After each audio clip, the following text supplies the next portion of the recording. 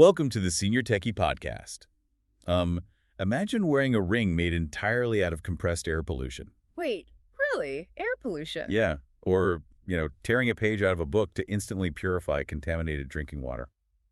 Today, we're looking at a fascinating stack of research surrounding the UN's World Creativity and Innovation Day, which falls on April 21st. Right, which highlights how imaginative thinking solves these massive world problems. Exactly.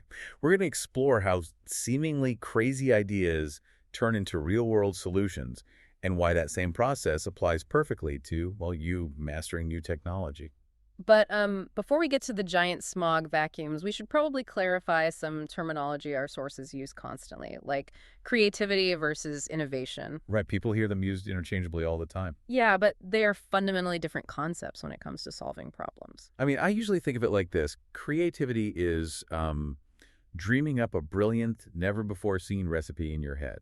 It's the imagination part. Oh, I like that analogy. Yeah, and innovation is actually gathering the ingredients, cooking the meal, putting it on the table, and feeding your family. Yeah. Innovation takes that creative idea and applies it to add real-world value. That makes perfect sense. And looking at the case studies in today's sources, that cooked meal takes some wild forms. Take agriculture, for instance. Okay. There's a company in Singapore called Sky Greens. They're tackling severe urban land shortages using a low-carbon, hydraulic, water-driven indoor farming system. Wow. Okay, so instead of planting seeds in a wide, flat garden that takes up acres of land, they basically stack window boxes on a water-powered Ferris wheel. Exactly. So the plants continuously cycle up to the sunlight and down to the water. I mean, it saves immense space and resources. Right. Then there is the smog-free tower by designer Dan Rusgaard. The engineering reports describe it as a massive outdoor structure that essentially vacuums up air pollution. How does it even do that? It uses positive ionization, basically attaching a static charge to microscopic smog particles, so they stick to the tower's capture plates. Then they compress the captured carbon into tiny stones used to make those wearable rings you mentioned earlier. Oh, so it's like static cling. Yeah. Like when socks stick together in the dryer. Yes, perfect comparison. That static cling mechanism is brilliant. And it's the same kind of practical science driving the drinkable book mentioned in the water sanitation reports.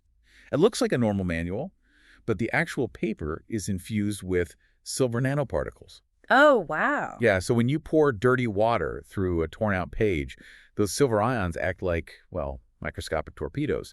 They puncture the cell walls of the bacteria and kill 99.9% of waterborne diseases. It is incredible what technology can achieve when it's guided by a tangible human need, rather than just novelty. These sound like science fiction, I know, but they are deeply human, practical solutions born from simple curiosity. But what fascinates me isn't just the engineering, it's the culture that allowed these things to be built. What do you mean? Well, where do these world-changing ideas come from?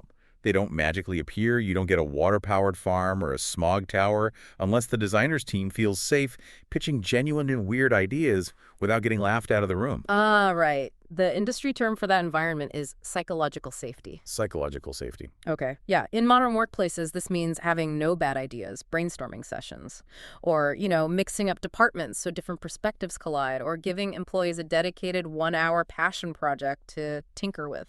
Giving them that unstructured time to just play. Exactly. And we're seeing this taught early, too. Robotics programs like the First Tech Challenge or an educational program from Italy called ID Activity use design thinking. The goal is to turn students from passive listeners into active problem solvers. I have to push back a little on the no bad ideas concept, though. Oh, really? Yeah, I mean, doesn't telling a room full of people that there are no bad ideas just lead to absolute chaos and wasted time? We have all definitely had bad ideas. Well, not if it's structured. That's the catch.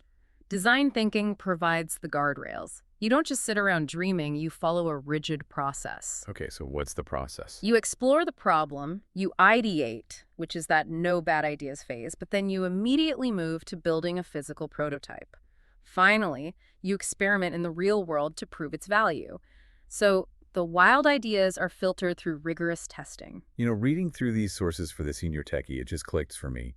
You, as a listener, have already spent decades doing design thinking. That is so true. Whether that was fixing a leaky pipe with duct tape, stretching a household budget, or finding a workaround for a stubborn appliance, figuring out a new smartphone or a tablet app relies on that exact same muscle. Technology isn't some foreign language, it's just a new tool for your very capable hands. The same practical problem-solving spirit that builds a smog-capturing tower is the same spirit you use to navigate a tricky new device setting. It is all about testing a solution and seeing what works. Which leaves us with a final thought for you to chew on. What small annoyance in your daily routine could you permanently fix if you gave yourself a 1-hour, no bad ideas passion project today? I love that idea. This podcast was brought to you by The Senior Techie. It's available on Apple Podcasts, YouTube, and Spotify. If you'd like to receive their free newsletters, you can subscribe at subscribe.theseniortechie.com.